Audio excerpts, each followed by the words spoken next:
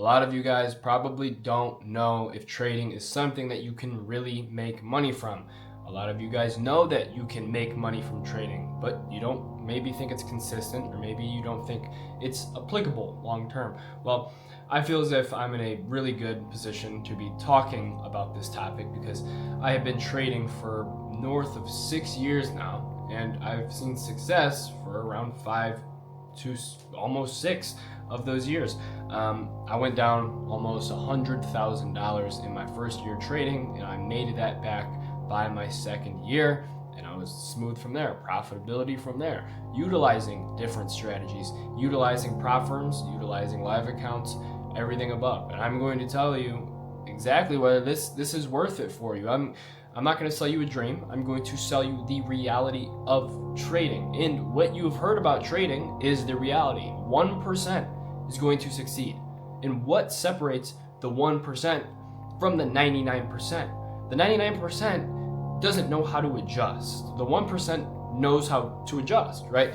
Let's think about the journey of a trader, right? What is the common graph that we see? I'll put it up on the screen. But maybe you get your first payout, you get lucky, and then everything goes straight down. Everything starts getting extremely hard because you didn't put in that high barrier to entry work that it takes to become profitable. And a lot of you watching this video, that's exactly why you're here. You know what the problem is, but you simply won't go out of your way to solve it. It's extremely hard. It's extremely mental. And the reason why so many people are unprofitable is simply because of their mental. And that's the name of the game. It's all psychology. I know you're probably so tired and you're so sick of hearing that this is a game of psychology and it's not about the technicals as much, but that's the truth to it. I could sit around on the charts and I could flip a coin 50% with a decent RR and I could become profitable. But you guys are sitting there revenge trading, doing X, Y, and Z, and I could give you the whole loop as to why you revenge trade. If you want to know the neuroscience behind that, go watch like any other of my videos where I go in depth about that. I think the video is called The Neuroscience Behind Trading. But a little bit more in depth, the reason as to why it's so hard to become profitable is because as humans, we hate the idea of uncertainty. We hate not knowing if we're going to get paid at the end of the week. We hate not knowing how much money we're going to make. Whereas if you just go get a normal job, I mean, you work at Starbucks, you don't need 5 days of $150 to take your paycheck out of Starbucks. We're in trading, you do, and you don't know what the market conditions are going to look like on Tuesday. You don't know what they're going to look like on Thursday and Friday or whatever.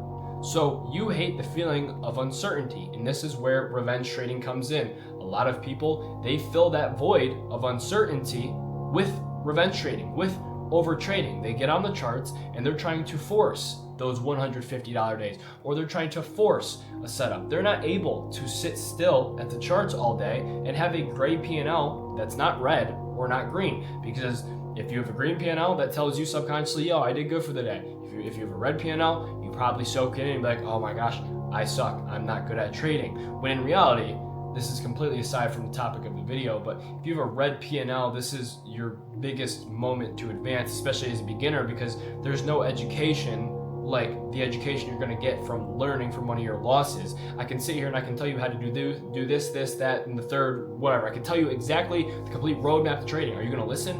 No. You have to go out and you have to screw up yourself. And once you screw up and money is on the line, that's going to tell you, okay, this was an expensive screw up. I need to go back and I need to learn from what I just lost. But the people who get past their heads, the people who beat the mental game, the people who adjust to the markets, the people who are able to read the higher time frame, the people who are willing to make small tweaks to their strategy over time so it stays relevant, it stays probable, are going to win. There's a creator in the space, and I'm not going to name his name just because I don't want to deal with that, but one of the biggest people inside of the futures trading, NQ, ICT, I guess, sort of space, right? He was making a lot of money. He bought a really, really, really expensive car. Time goes by. He has to sell that really, really expensive car. His live trading sessions are not doing well. And I can frame you as to exactly why. Is because this dude, this trader, had a set strategy. His strategy was set in stone. This criteria, that criteria, this criteria, that criteria. So when the market sentiment and the overall higher time frame delivery changes, this criteria that worked in this sentiment is not going to work in this sentiment where this criteria is going to work. So the people who simply don't adjust their strategy to time, to losses, to statistic, they're not going to be able to make it long term. The people who have a plan, yes, that's what we want. Have a plan, have a system, be able to name that system like it's the back of your hand. Know it so unbelievably well, but be willing to change. And most importantly, this is where so many people screw up. Your strategy is not nearly as important as your risk management. And I'm not talking about your risk management on the charts. I'm not talking about, I'm going to shoot for a 1 to 1.5 risk to reward ratio or a 1 to 2 risk to reward ratio every single trade. I'm talking about your prop firm risk management. If you're trading prop firms, if you're trading live accounts, let me run you through a prop firm example real quick. So you can buy so many different prop firms. You can buy a Top Step, 50K, no activation fee, standard 5 days, 150 to pay out. Or you can buy a Top Step, 3-day consistency of 40%, 3-day payout, max payout is higher, whatever. You have all these different types of accounts that you can buy, but how are you utilizing these accounts? What is your plan going into these accounts? And I can sit here and I can tell you the only way to be profitable is to sit and to just trade consistently. If there's a setup there, take the setup. If there's no setup, don't trade, right? And this is the number one way to profitability. This is going to give you your highest long-term return on investment because you're building the skills, you're building everything that's necessary in order to become profitable. But there are other ways of milking prop firms for payouts, and this is something that I've utilized a lot in my past. The first strategy is called bar jumping. What is bar jumping? It's having an eval, trading the eval, passing the eval, getting the funded account, right? Full porting, literally full porting, not full porting in a sense to where you have no room for a stop loss, but trading a big enough size so you're able to manage a good stop loss and having your take profit be whatever the max payout on the account is. So for Top Step, I don't even know what Top Step's max payout is anymore. I don't trade with them, but let's just use Lucid. Lucid, your max payout is $2,000, which is really bad and really annoying, but your max payout is $2,000, so you need to have $4,000 to take that max payout. So your take profit would be around $3.5 thousand. And if you win, that's 3.5K balance in your funded account. If you lose, you blow the account, and then you have to buy another account. But if you win, all you have to do is cycle $150 days with a completely different micro time frame strategy in order to take that payout. So once you have an account that's 2 or 3 payouts in from bar jumping, your balance is going to be big, and you are going to be good enough to just only start cycling those $150 days and still taking payouts because your balance is so big. You're not going to have to take the risk of just full porting because you have the balance. All you need to do is get the winning days. You do this, you could probably have that big balance, buy 2 payouts, and by that point, right, you're just going to have $12,000 off of this account locked in, which you're going to be able to then take live later. And this is even more powerful if you have the capital, if you have the money, to risk, because then you're just buying 5 stacks at that point, and instead of just making 2K, you're literally making $10,000 a week, in which you're taking 5 to 6 payouts on until it's taken live. So you're making around roughly $60,000, $50,000 in a month, practically. A little bit over a month, I think it would be. So that's $50,000 a month, and that's really, really, really achievable. But what this does is it exposes bad psychology, and you have to be able to know what is your A+ setup criteria, what is your A- setup criteria, because you don't want to be bar jumping and full porting on really bad setups, right? Take this risk as you wish. I don't recommend it. I'm always going to recommend just consistently scaling, or you could do a ladder, which is something, again, I don't really recommend, but this is a strategy that I did very well with, which is getting a consistency account, having a normal setup appear, right? Well, a good setup, obviously. You want your setup to appear, and you want to go in with your regular sizing. So whatever that may be. Let's just say your regular sizing is one mini. You go in 1 mini, right? And then you make I don't know, let's just say you make $2,000 with that one mini.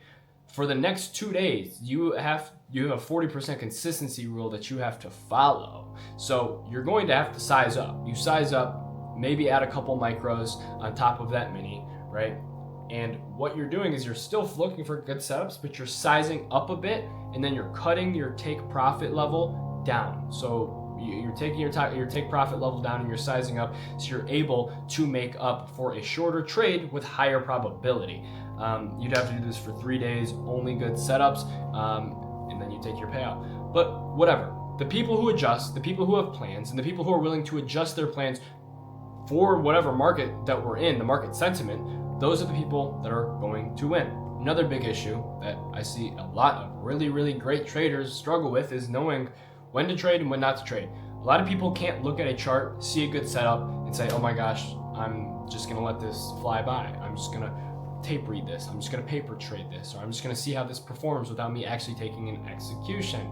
That's the biggest issue. If you are watching this video, still odds are you have a lot of these issues. You need to go have observation sessions, which an observation session is waking up, market open, going through your whole, or not waking up at market open, but doing your whole get ready routine, your whole process to getting on the charts. Then you get on the charts, do your whole daily bias, and simply sitting on your hands, having a funded account or an evaluation account ready to trade, but not trading it, choosing not to trade it, but letting the opportunity play out in front of your face. Because what you're doing here is you're teaching yourself how to say no, even though an A+ setup may appear. It's going to be hard to say no in the future when you're actually allowed to trade, not doing observation sessions, and a good setup pops up, but you're missing one piece of criteria that you need in order for your edge or probability to actually be valid. But sitting there and accepting the FOMO, accepting that there's not going to be any result from anything, and that you want to do this strictly for your craft. Because if we're going to talk about psychology, all bad psychology, all roads lead back to P&L attachment. Everybody who started trading got sold an idea of quick, easy money. You go on Instagram, what do you see? You see people taking trades and they make $5,000 just like that. Is that the reality of what trading is? No, because there's losses, there's a bunch of other stuff that goes into a lot of hard work, a lot of tape reading, right? So being able to focus more on your craft, working more on you as a person, working more on how you handle yourself psychologically, how you handle your setups, how you grade yourself, how you perform. If you rank yourself at the end of the day, all based on the color of your P&L box, do you think that that is healthy long term? You had a red day, but what? Not every single trade wins. There's no such thing as someone who has 100% win rate. So you're going to lose even on those A+ setups sometimes, and people can't accept that. Nobody wants to lose on an A+ setup because, again, like I talked about in the beginning, our brain hates uncertainty. So when we get that A+ setup, we fill the void with telling ourselves, okay, this has got to hit, this has got to hit. Then they get attached to it. They get attached to that P&L or their potential take profit, and then when the trade loses, what happens? They get emotional. What happens when you get emotional? Your anterior cingulate cortex starts firing, your amygdala starts firing, your frontal lobe completely goes numb because it's overstimulated. So all your logic, which is responsible for, or all your logical thinking, which is done in your frontal lobe, it just goes numb because your anterior cingulate cortex and your amygdala has completely numbed, it's overstimulated it. So then you act out of impulsiveness, and then you go on revenge trade, and you go blow the account. But really, back to what I was talking about, a red P&L, this is an opportunity to learn. This is an opportunity to invest in yourself long term. And a green P&L, if you cheated your way to that green P&L, you're just hurting yourself for the future. You're taking money out of your investment in your future. But with that being said, you need to know how to handle your emotions. You won't make it in trading if you aren't willing to do the mental framework that you need to do. You won't make it in trading if you aren't changing your strategy, if you aren't constantly learning, aren't constantly gathering data, looking back at that data, tape reading, seeing what you could have done different. Don't get too attached. Don't let the money control you. You should control the money. If you guys like this video, I do run a Discord. I do run a completely free resource where you can watch plenty of videos. You can watch my trading strategy. You can watch me walk you through it. All you have to do is click the link in the description. I will run you through every single piece of knowledge that I know, everything from A to Z, and we can even hop on a call and talk about it. So if you like this video, Make sure you check it out, subscribe. I'm going to be uploading a lot more, and I appreciate you guys for watching.